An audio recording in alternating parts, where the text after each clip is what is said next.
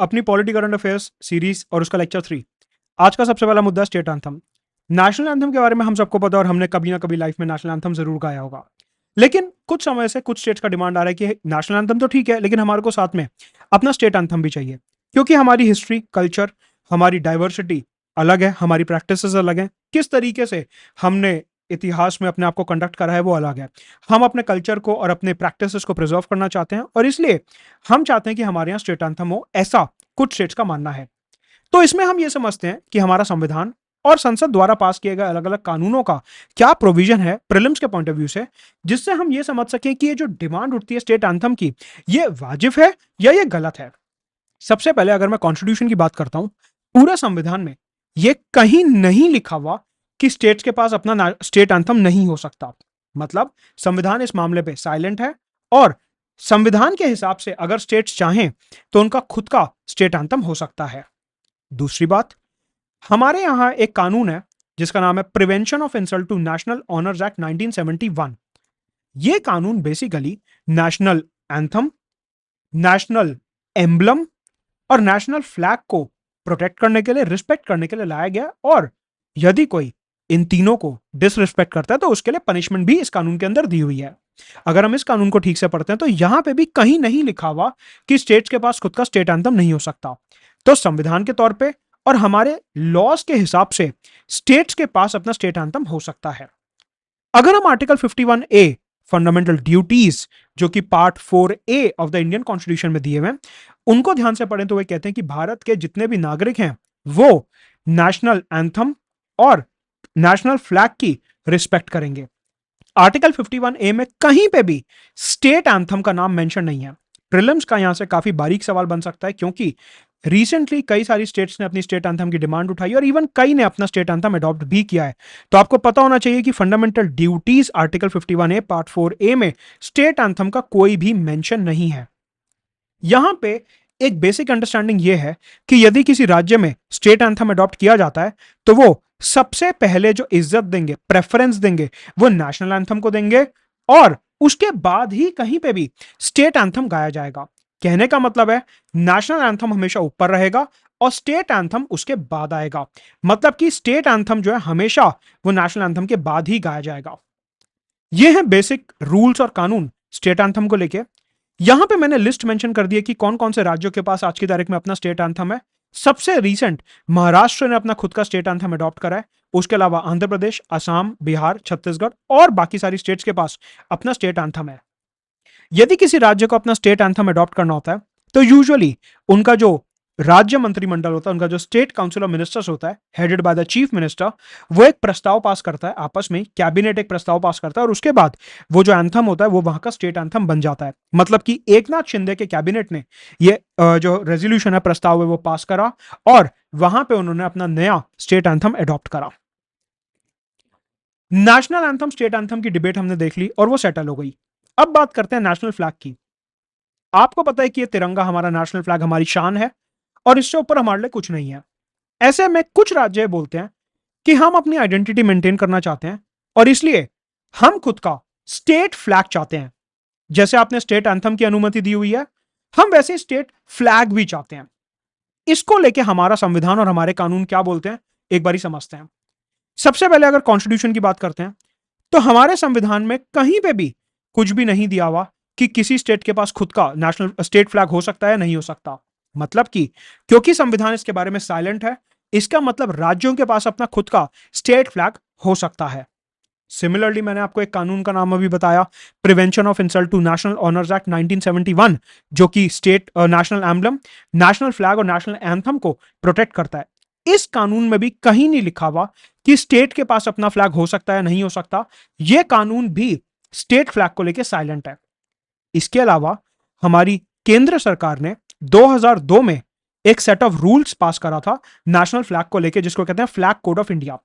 ये जो flag code of India 2002 है, इसमें लिखा हुआ है कि आप हमारे राष्ट्रीय ध्वज की इज्जत किस प्रकार से करोगे, इसकी रिस्पेक्ट किस प्रकार से करोगे और कैसे इसे फहराना है, कैसे इसे उतारना है, किस टाइम पर फहराना है। ये सारी बातें फ्लैग कोड ऑफ इंडिया 2002 में लिखी हुई हैं। अगर हम स्टेट फ्लैग को यहां पे ढूंढने की कोशिश करते हैं कि क्या स्टेट फ्लैग के बारे में फ्लैग कोड ऑफ इंडिया में कुछ दिया हुआ है, जवाब है ना। फ्लैग कोड ऑफ इंडिया 2002 में भी स्टेट फ्लैग के बारे में कुछ नहीं दिया हुआ। सिर्फ एक बात दी हुई है कि यदि कोई और फ्लैग, राष्ट्रीय ध्वज तिरंगे के साथ फहराया जाता है तो वो हमेशा हमारे तिरंगे के नीचे होगा, कभी भी उसकी बराबरी पर नहीं होगा।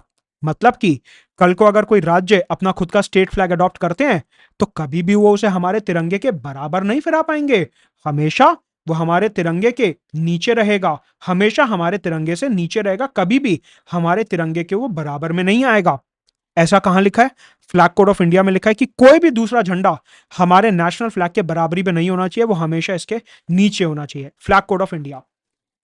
तो हमने स्टेट एंथम और स्टेट फ्लैग को लेकर समझा कि हमारे कानून और हमारा संविधान दोनों ही मसलों को लेकर साइलेंट है और कहीं पे भी ये नहीं लिखा कि राज्यों के पास अपना फ्लैग या एंथम नहीं हो सकता। बहुत सारे राज्यों ने अपना एंथम तो अडॉप्ट कर लिया, लेकिन अभी तक किसी भी स्टेट ने अपना फ्लैग अडॉप्ट नहीं करा। टाइम टू टाइम डिमांड आती रहती है, लेकिन अभी किसी राज्य के पास अपना खुद का झंडा नहीं है। जम्मू कश्मीर के पास पहले अपना खुद का झंडा हुआ करता था, वो इसलिए क्योंकि आर्टिकल 370 के अंदर इनके पास स्पेशल स्टेटस था। लेकिन अब जब से अगस्त 2019 से 370 को डाइल्यूट किया गया है, तब से जम्मू कश्मीर का स्पेशल स्टेटस खत्म हो गया और अब जम्मू कश्मीर का खुद का जो झंडा है वो भी एबॉलिश हो चुका है, खत्म हो चुका है और पूरे हिंदुस्तान में इंक्लूडिंग जम्मू एंड कश्मीर सिर्फ एक झंडा दिखता है, वो है हमारा तिरंगा। यहां पे आपको एक बात समझनी है कि इधर क्वेश्चन तो कई सारे बन सकते हैं, जो सारे के सारे फैक्ट्स और कानून है वो मैंने कवर करा दिए, लेकिन यहां पे एक बहुत अच्छा क्वेश्चन फेडरलिज्म से रिलेटेड भी बन सकता है, संघीय ढांचे से रिलेटेड, क्योंकि हमारा कॉन्स्टिट्यूशन और हमारे कानून स्टेट एंथम और स्टेट फ्लैग के बारे में कुछ नहीं बोलते। मतलब कि हमारे जो राज्य हैं, हमारी जो स्टेट्स हैं, उनके पास ये अथॉरिटी है कि वो खुद का फ्लैग और एंथम अडॉप्ट कर सकते हैं। मतलब कि स्टेट्स को ये थोड़ी सी फ्रीडम दी गई है कि वो खुद का फ्लैग और एंथम अडॉप्ट कर सकते हैं, इसलिए इसे हम फेडरलिज्म के अंदर काउंट करेंगे कि केंद्र सरकार ने हमारा राष्ट्रीय ध्वज और राष्ट्रीय एंथम तो अडॉप्ट करा हुआ है। सिमिलरली स्टेट्स अगर अपनी आइडेंटिटी मेंटेन करना चाहते हैं तो वो अपना खुद का फ्लैग और खुद का एंथम अडॉप्ट कर सकते हैं। कोई कॉन्स्टिट्यूशन या कोई कानून उन्हें नहीं रोकता। तो आप इसे फेडरलिज्म से भी थोड़ा सा लिंक कर सकते हैं। तो हमने स्टेट एंथम देखा, फ्लैग्स देखे, स्टेट फ्लैग के क्या प्रोविजन है। अब आते हैं तीसरी डिबेट पे जो बहुत ज्यादा न्यूज में रहती है, और वो है हमारा नेशनल एंथम। कई बार आपने देखा होगा डिबेट उठती है एडिटोरियल्स में, न्यूज चैनल्स पे, कि क्या नेशनल एंथम गाना कंपलसरी है? यदि कहीं पे नेशनल एंथम बज रहा है तो क्या हमारे को वो गाना जरूरी है? अगर हम नहीं गाएंगे तो क्या हमारे को दंड मिलेगा, पनिशमेंट मिलेगी? ये क्वेश्चन कई बार उठता है। ऐसे में हम यहां पे क्या प्रोविजंस हैं और सुप्रीम कोर्ट की लैंडमार्क जजमेंट इसके बारे में क्या बोलती है, समझते हैं। सुप्रीम कोर्ट ने अपनी एक landmark judgment Bijoy Emmanuel versus state of Kerala 1986 में इस बात का स्टेटस क्लियर किया था। आगे बढ़ने से पहले मैं आपको बता दूं कि यह केस क्या था। ब्रीफ समरी आपको बताता हूं जिससे कि पूरा कॉन्टेक्स्ट आपको समझ आ जाए। बेसिकली क्या था, जो स्टेट ऑफ केरला है, केरला राज्य के अंदर एक स्कूल था। स्कूल के अंदर 3 लड़के थे जिनका धर्म कुछ और था। वो जो 3 लड़के थे, उन्होंने ये बोला कि देखिए, हमारे धर्म में नेशनल एंथम गाना अलाउड नहीं है। हमारी जो रिलीजियस प्रैक्टिसेस हैं वो इस प्रकार की हैं कि हम नेशनल एंथम नहीं गा सकते। तो अपने धर्म का पालन करते हुए हम नेशनल एंथम नहीं गाएंगे। तो जब भी ये लड़के स्कूल की असेंबली में जाते थे और वहां पे नेशनल एंथम बजता था, इन्होंने कभी भी नेशनल एंथम नहीं गाया। लेकिन इन्होंने ये बोला 3 लड़कों ने कि देखिए, जब भी नेशनल एंथम बजेगा हम खड़े होंगे, हम रिस्पेक्ट करेंगे, हम बैठेंगे नहीं, खड़े रहेंगे, लेकिन गाएंगे नहीं, क्योंकि हमारे धर्म के खिलाफ जाता है ये। एक टीचर ने एक दिन देख लिया और प्रिंसिपल को कंप्लेंट कर दी। प्रिंसिपल ने इन 3 लड़कों को ये बोल के स्कूल से निकाल दिया कि आप जो है हमारे नेशनल एंथम की डिसरिस्पेक्ट कर रहे हो, इसलिए आपको स्कूल में पढ़ने का अधिकार नहीं है। ये 3 लड़के सुप्रीम कोर्ट गए और वहां पे फिर सुप्रीम कोर्ट ने अपनी जजमेंट पास करी, Bijoy Emmanuel versus state of Kerala 1986। इस जजमेंट में सुप्रीम कोर्ट ने काफी महत्वपूर्ण बातें करी नेशनल एंथम को लेके। सबसे पहली बात कि भारत में आज की तारीख में कोई भी कानून नहीं है जो ये बोले कि आपके लिए नेशनल एंथम गाना कंपलसरी है। मतलब कि अभी जो हमने कानून देखा, prevention of insult to national honours act 1971, ये जो कानून है इसमें कहीं नहीं लिखा हुआ कि किसी के लिए नेशनल एंथम गाना कंपलसरी है। दूसरी बात, पूरे कॉन्स्टिट्यूशन में कहीं नहीं लिखा हुआ कि आपके लिए नेशनल एंथम गाना जरूरी है। आर्टिकल 51A जो हमने फंडामेंटल ड्यूटी अभी देखा, वहां पे सिर्फ ये लिखा हुआ है कि आप उसे रिस्पेक्ट करोगे और उसको फॉलो करोगे। वहां पे ये नहीं लिखा कि आपके लिए गाना कंपलसरी, आपको गाना ही होगा, नहीं। तो हमारे देश में कोई भी आर्टिकल या कोई भी कानून ऐसा नहीं है जो ये बोले कि हमारे लिए नेशनल एंथम गाना कंपलसरी है। सुप्रीम कोर्ट ने दूसरी बात बोली कि यदि कोई व्यक्ति नेशनल एंथम नहीं गाना चाहता तो कोई दिक्कत की बात नहीं है, मत गाने दो, लेकिन उन्हें नेशनल एंथम की रिस्पेक्ट में खड़े जरूर होना पड़ेगा। गाना जरूरी नहीं है, रिस्पेक्ट में खड़े होना जरूरी है। तीसरी बात, यदि कोई व्यक्ति या कोई ग्रुप नेशनल एंथम गा रहा है और आप उसे नहीं गाना चाहते तो आप चुपचाप खड़े रहो, लेकिन जो दूसरा ग्रुप या दूसरे व्यक्ति गा रहे हैं उनके गाने में ऑब्स्ट्रक्शन या कोई बाधा क्रिएट मत करो। तो यहां पे हमने तीन चीजें देखी, नेशनल एंथम गाना कंपलसरी नहीं है, खड़े होना कंपलसरी है, और यदि कोई आपके साथ खड़े होकर गा रहा है, कोई ग्रुप गा रहा है, आप उसे रोकोगे नहीं, कोई बाधा प्रकट नहीं करोगे, कोई डिस्टर्बेंस नहीं करोगे। यदि आप किसी और को नेशनल एंथम गाने से रोकते हो, नेशनल एंथम गाने से डिस्टर्ब करते हो, तो ये prevention of insult to national honours act 1971 के सेक्शन 3 के अंदर एक पनिशमेंट मिलेगी आपको। ये एक ऑफेंस है, ये एक दंड है। तो सारे डॉट्स कनेक्ट करते हुए क्या बनता है, नेशनल एंथम अगर चल रहा है तो गाना जरूरी नहीं है, कंपलसरी नहीं है, खड़े होना कंपलसरी है, और अगर कोई दूसरा गा रहा है, कोई ग्रुप गा रहा है, कोई व्यक्ति गा रहा है, उसके लिए डिस्टर्बेंस क्रिएट नहीं करोगे।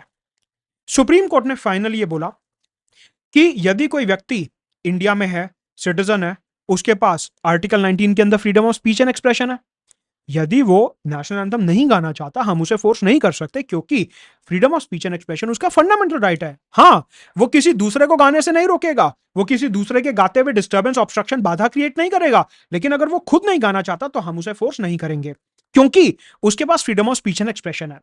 वो उसका एक्सप्रेशन है कि वो नहीं गाना चाहता, उसकी आजादी है, वो नहीं गाना चाहता, हम उसे फोर्स नहीं करेंगे। उसका फंडामेंटल राइट प्रिजर्व्ड और प्रोटेक्टेड रहना चाहिए। एक बात। दूसरी बात, मैंने आपको बिजॉय मैनुअल केस बताया और उसमें यह बताया कि 3 लड़के सुप्रीम कोर्ट इसलिए गए थे क्योंकि नेशनल एंथम गाना उनके धर्म के खिलाफ था।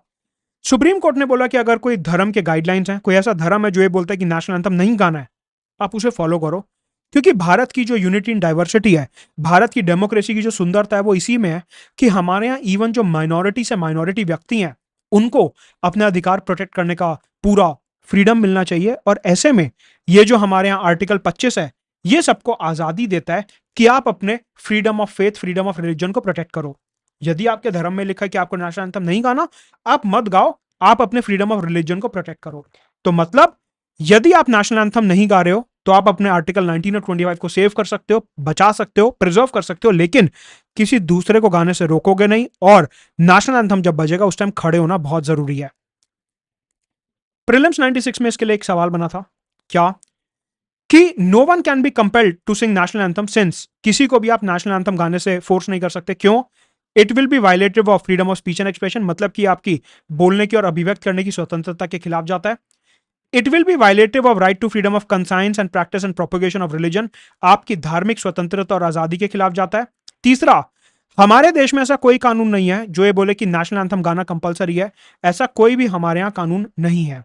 आपको बताना है कौन सा स्टेटमेंट सही है। देखिए, इसका आंसर आप कमेंट में जरूर मेंशन करिए। उसका कारण यह है कि आप समझ तो सब कुछ जाते हैं, लेकिन मैंने कई बार क्लासेस में नोट करा है कि समझने के बाद भी कई एस्पिरेंट्स जो है वो गलत आंसर करते हैं। मैं नहीं चाहता कि आप इसका गलत आंसर करें। सारे कमेंट्स में खुद पर्सनली चेक करता हूं, अगर आप कुछ गलत आंसर करोगे तो मैं उसे करेक्ट कर पाऊंगा। तो इसका आंसर जरूर कमेंट में मेंशन करिए, जिससे कि मैं ये जान पाऊं कि आपने सही समझा नहीं, और अगर कोई गलती है तो मैं उसे सुधार पाऊं। साथ के साथ ये नोट्स वगैरह बनाने की जरूरत नहीं है, इसका हिंदी और इंग्लिश में पूरा का पूरा पीडीएफ जो है नीचे दिए गए टेलीग्राम चैनल में मैंने अपलोड कर दिया ऑलरेडी। आप वहां से उसको डाउनलोड कर सकते हैं। और वो मैंने क्या करा है, प्रिंटर फ्रेंडली मटेरियल में डाउनलोड बनाया है, मतलब कि उसको मैंने इस तरीके से बनाया कि कंटेंट कुछ मिस नहीं होगा, लेकिन जब आप उसे प्रिंट कराने जाओगे तो आपका खर्चा भी कम से कम होगा।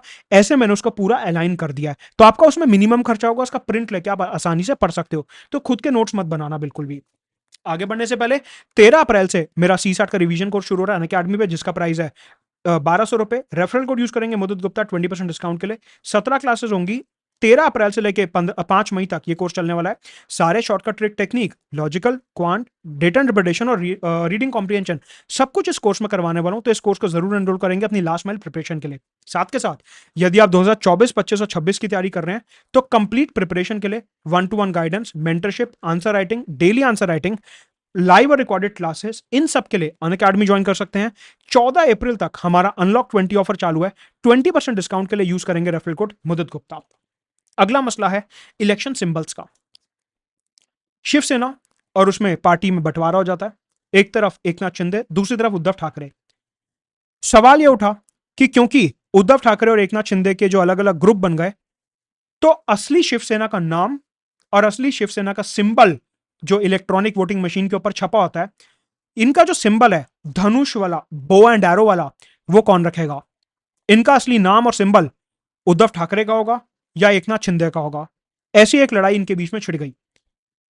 सवाल उठता है कि जब भी किसी पॉलिटिकल पार्टी के बीच में ऐसी स्प्लिट हो जाती है, ऐसी विभाजन हो जाती है, उसके बाद असली नाम और सिंबल किसके पास जाता है, ये कौन डिसाइड करेगा? हमारे यहां इलेक्शन कमीशन, जो कि आर्टिकल 324 के अंदर बनाई गई है संविधान के, उस बॉडी का काम है ये सारे के सारे मसले देखना। ऐसे में इलेक्शन कमीशन ने एक ऑर्डर पास करा था 1968 में, जिसको बोलते हैं election symbol reservation and allotment order of 1968। ये जो रिजर्वेशन एंड अलॉटमेंट ऑर्डर है 1968 का, इसके तहत इलेक्शन कमीशन इस टाइप के सारे डिस्प्यूट रिजॉल्व करता है। तो आपको पता होना चाहिए कि जब भी एक पार्टी स्प्लिट होती है तो उसका नाम और सिंबल किसके पास जाएगा, ये कौन डिसाइड कर रहा है? ये वाला जो ऑर्डर है, ये वाले जो रूल्स हैं, ये डिसाइड कर रहे हैं कि उसका नाम और सिंबल किसके पास जाएगा। इस ऑर्डर के अंदर जो सिंबल्स हैं वो दो तरीके से कैटेगराइज्ड हैं। एक होते हैं रिजर्व सिंबल्स। रिजर्व सिंबल वो होते हैं जो कोई पार्टी ऑलरेडी ले चुकी है, जैसे कि बीजेपी का कमल, कांग्रेस का हाथ, आम आदमी पार्टी की झाड़ू, अलग अलग पार्टियों का हाथी और ये सब टॉर्च वगैरह, इन्हें कहते हैं रिजर्व सिंबल, कि हाँ ये सिंबल कोई बड़ी पार्टी ऑलरेडी ले चुकी है।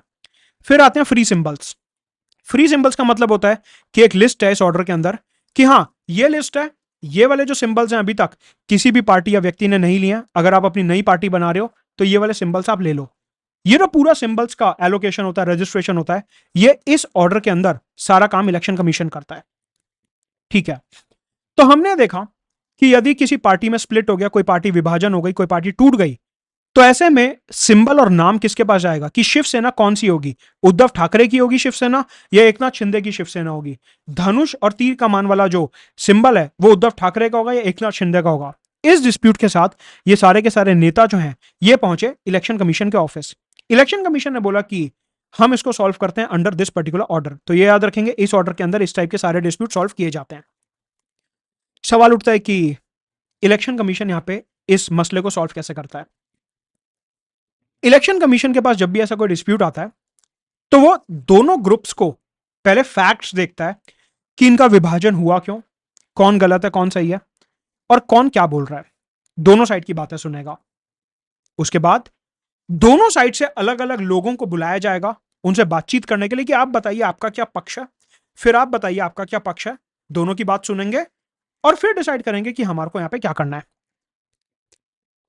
यूजुअली जब इलेक्शन कमीशन अपना फाइनल डिसीजन लेता है, फाइनल निर्णय लेता है, उसमें एक बहुत इंपॉर्टेंट फैक्टर कंसिडर किया जाता है कि कौन से ग्रुप की साइड सबसे ज्यादा सांसद और विधायक हैं। कि जो महाराष्ट्र के विधानसभा और विधान परिषद में और संसद भवन में, लोकसभा और राज्यसभा में शिवसेना के सांसद और अध्यक्ष हैं, वो किसको सपोर्ट कर रहे हैं, उद्धव ठाकरे को या एकनाथ शिंदे को? जिसको सबसे ज्यादा एमपीज और एमएलए सपोर्ट करेंगे उसका पलड़ा भारी होगा। लेकिन ये एकमात्र फैक्टर नहीं है, ये इकलौता फैक्टर नहीं है, लेकिन सबसे जरूरी फैक्टर है। तो जब भी पार्टी में स्प्लिट होगा, election commission election symbol order 1968 को यूज करेगा और उसके अंदर देखेगा सबसे पहले कि सबसे ज्यादा एमपी एमएलए किसकी साइड है। जब ये एमपी एमएलए वाला सीन खत्म हो जाएगा, उसके बाद इलेक्शन कमीशन देखेगा कि अंदर पार्टी में जो बड़े बड़े लोग हैं, जैसे कि general secretary, treasurer, legal adviser, national secretary और ये सब, ये किसकी साइड है। मतलब कि एमपी एमएलए का पलड़ा तो देखा जाएगा कि ये किसकी साइड है, लेकिन ये एकमात्र फैक्टर नहीं है। एमपीज और एमएलए के अलावा जो पार्टी के अंदर दूसरे बड़े नेता हैं, ट्रेजरर, अध्यक्ष, जनरल सेक्रेटरी, प्रेसिडेंट वगैरह, उनकी भी बात सुनी जाएगी कि वो किसकी साइड है। और फिर इन सब के बेसिस पे इलेक्शन कमीशन फाइनल डिसीजन लेगा कि जो ओरिजिनल नाम और सिंबल है वो हमारे को किसको देना है। इस केस में इलेक्शन कमीशन ने देखा कि जितने भी इलेक्टेड एमएलए, एमपीज और अंदर पार्टी के बड़े ऑफिस बियरर से ट्रेजरर वगैरह, वो मैक्सिमम लोग एकनाथ शिंदे को सपोर्ट कर रहे थे और इसीलिए यहां पे जो ओरिजिनल सिंबल और ओरिजिनल नाम है वो एकनाथ शिंदे की पार्टी को गया। अब इलेक्शन कमीशन दूसरी पार्टी को क्या बोलती है, मतलब कि जो दूसरा गुट है, जो दूसरा फैक्शन है, उसे इलेक्शन कमीशन क्या बोलती है? इलेक्शन कमीशन उसे बोलती है कि भाई देखो, जो ओरिजिनल नाम और सिंबल था वो तो एकनाथ शिंदे को चला गया, अब आप अपनी पार्टी का नया नाम रखो, नया सिंबल लो, मेरे साथ रजिस्टर करवाओ और फिर एक नई पार्टी का संगठन करो। मतलब कि जिस पार्टी को नाम और सिंबल नहीं मिला वो अपना नया नाम और सिंबल चूज करेगा और फिर दोबारा से एक नई शुरुआत करेगा। यहां पे एक क्लॉज और ध्यान रखना है कि इलेक्शन कमीशन यदि ये कन्विंस्ड है कि एकनाथ शिंदे और उद्धव ठाकरे दोनों ही झूठ बोल रहे हैं, दोनों ही गलत बोल रहे हैं, दोनों के पास ही कंप्लीट मेजोरिटी नहीं है, दोनों की साइड ही नेता नहीं है, यदि ऐसा कोई सीन हो तो इलेक्शन कमीशन यह भी बोल सकता था कि ओरिजिनल सिंबल और नाम अब किसी को नहीं मिलेगा। मतलब कि प्रीलिम्स में यहां पे सीधा स्टेटमेंट निकलता है कि यदि एक पार्टी में अगर स्प्लिट होता है तो उसका जो ओरिजिनल नाम और सिंबल है वो किसको मिलेगा। आप ये बोलेंगे कि वो या तो दोनों में से किसी एक गुट को मिलेगा, या अगर इलेक्शन कमीशन कन्विंस नहीं है कि ये दोनों झूठ बोल रहे हैं, फर्जीवाड़ा कर रहे हैं, तो उस केस में इलेक्शन कमीशन कहेगा कि मैं किसी को नाम और सिंबल नहीं दूंगा, आप दोनों अपना नया नाम और सिंबल लाओ और उसको दोबारा से रजिस्टर करवाओ, क्योंकि आप दोनों ही फर्जीवाड़ा कर रहे हो, इसलिए ओरिजिनल नाम और सिंबल मैं किसी को नहीं दूंगा। इलेक्शन कमीशन के पास इस ऑर्डर के अंदर यह भी पावर है कि वो दोनों को यह बोल देगा कि मैं ये सिंबल और ये नाम किसी को नहीं दे रहा, आप अपना नया नाम और सिंबल लेके आओ और उसको रजिस्टर करवाओ। यह था आपका इलेक्शन सिंबल, उसका ऑर्डर 1968 का, इलेक्शन कमीशन की पावर और एकनाथ शिंदे का पूरा मसला। सीसैट का कोर्स 13 मई अप्रैल से शुरू हो रहा है। 1200 रुपीज का कोर्स है, रेफरल कोड आपको दिया हुआ है। कंप्लीट सीसैट यहाँ पे करेंगे, साथ के साथ अनलॉक 20 1 साल 2 साल 3 साल का अगर आप सब्सक्रिप्शन लेना चाहते हैं, GS current affair CSAT optional, pre mains interview सब एक जगह पे, रेफरल कोड यूज करेंगे मुदित गुप्ता, 20% डिस्काउंट का ऑफर चालू है 14 अप्रैल तक। अगला मसला है एडिशनल जजेस ऑफ द हाई कोर्ट। हमारे संविधान का आर्टिकल 224 जो है वो बोलता है कि हमारे हाई कोर्ट्स में एडिशनल जजेस हो सकते हैं। सवाल उठता है कि एडिशनल जजेस होते क्या हैं।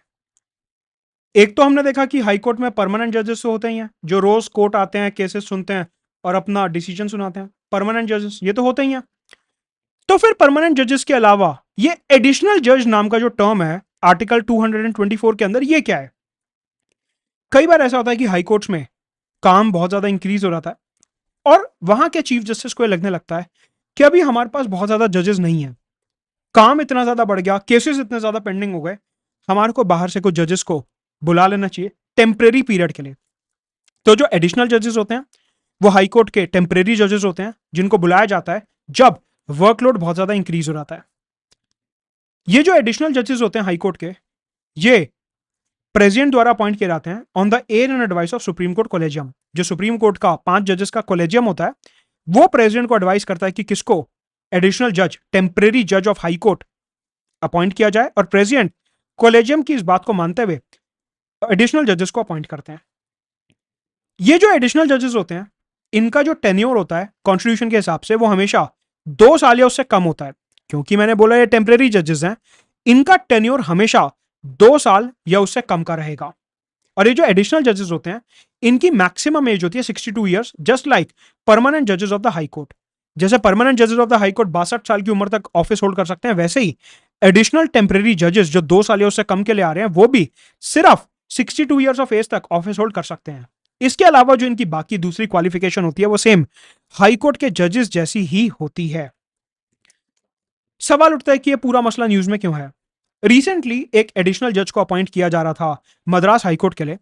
वहां पे एक मसला उठा कि जिन व्यक्ति को एडिशनल हाईकोर्ट जज की तरह अपॉइंट किया जा रहा था उन्होंने ट्विटर पे और इधर उधर मीडिया वगैरह में अपने कई सारे पॉलिटिकल व्यूज लिखे हुए थे पहले। तो कुछ लोगों ने बवाल मचाया कि इनके पॉलिटिकल व्यूज काफी ज्यादा अलग हैं और हमारे को इन्हें जज नहीं बनाना चाहिए। सुप्रीम कोर्ट में इसकी याचिका दायर हुई कि इनको आप जज के पोजीशन से हटाओ। तो वहां पे सुप्रीम कोर्ट ने बोला कि एक जज की क्या पर्सनल पॉलिटिकल ओपिनियन है, उनकी क्या राजनीतिक विचारधारा है, वो मैटर नहीं करता हाईकोर्ट या सुप्रीम कोर्ट का जज बनाते हुए। मतलब कि अगर हम किसी व्यक्ति को सुप्रीम कोर्ट या हाईकोर्ट का जज बना रहे हैं तो उनका खुद का पर्सनल क्या पॉलिटिकल ओपिनियन है वो यहां पे मैटर नहीं करेगा, ऐसा सुप्रीम कोर्ट ने बोला। तो प्रीलिम्स में सीधा स्टेटमेंट बनेगा कि कॉन्स्टिट्यूशन ऐसा बोलता है कि एक व्यक्ति का पर्सनल पॉलिटिकल ओपिनियन इंपॉर्टेंट नहीं है जज बनने के लिए। यह स्टेटमेंट गलत है, कॉन्स्टिट्यूशन इस बारे में साइलेंट है। सुप्रीम कोर्ट ने रिसेंटली ये जजमेंट पास करी है कि यदि आप किसी को अपॉइंट कर रहे हो तो सिर्फ उनकी एलिजिबिलिटी देखो, एज देखो, सिटीजन है या नहीं है वो देखो, कितने साल तक एडवोकेट रहे हैं वो देखो, एमिनेंट जूरिस्ट है या नहीं है वो देखो, इस टाइप की चीजें देखो। पर्सनल पॉलिटिकल ओपिनियन क्या है वो आपको नहीं देखना है। किसी भी जज का वाइल अपॉइंटिंग देम। तो ये जो एडिशनल हाईकोर्ट जजेस थे, ये टर्म इस वजह से न्यूज में था। तो आज के थर्ड लेक्चर में इतना ही, मिलेंगे अगले लेक्चर में जल्दी। इसका पीडीएफ आपको मेरे टेलीग्राम चैनल पर मिल जाएगा। अन अकेडमी में सी सैट का कोर्स शुरू हो रहा है 13 अप्रैल से, जो कि 5 मई तक चलेगा। रिवीजन कोर्स है सी सैट का, 1200 रुपए में आप इसे सब्सक्राइब कर सकते हैं using the referral code Madhud Gupta. Unlock 20 offer चालू है, जहां पे आप प्री मेंस इंटरव्यू की कंप्लीट प्रिपरेशन के लिए for prelims mains and interview, GS, C SAT, current affairs, optional, live और recorded classes, 1-to-1 mentorship, English, Hindi और बाइलिंगुअल बैचेस के लिए रेफर कर सकते हैं मधुद गुप्ता। ये यूज करेंगे रेफरल कोड और आपको 20% डिस्काउंट मिलेगा 14 अप्रैल तक। साथ के साथ हमारा आरंभ बैच 13 अप्रैल से शुरू हो रहा है, जहां पे अन अकेडमी के टॉप एजुकेटर्स जो है क्लासेस लेने वाले हैं। साथ के साथ इंग्लिश मीडियम में अपना फाउंडेशन बैच शुरू होने वाला है। ऑल्सो यदि आप ऑफलाइन में एनरोल करना चाहते हैं तो हमारे राजेंद्र नगर सेंटर पे जा सकते हैं, वहां पे जीएस और ऑप्शनल के ऑफलाइन बैचेस शुरू हो रहे हैं। एनरोल करिए using the referral code Madhud Gupta. Let's crack it.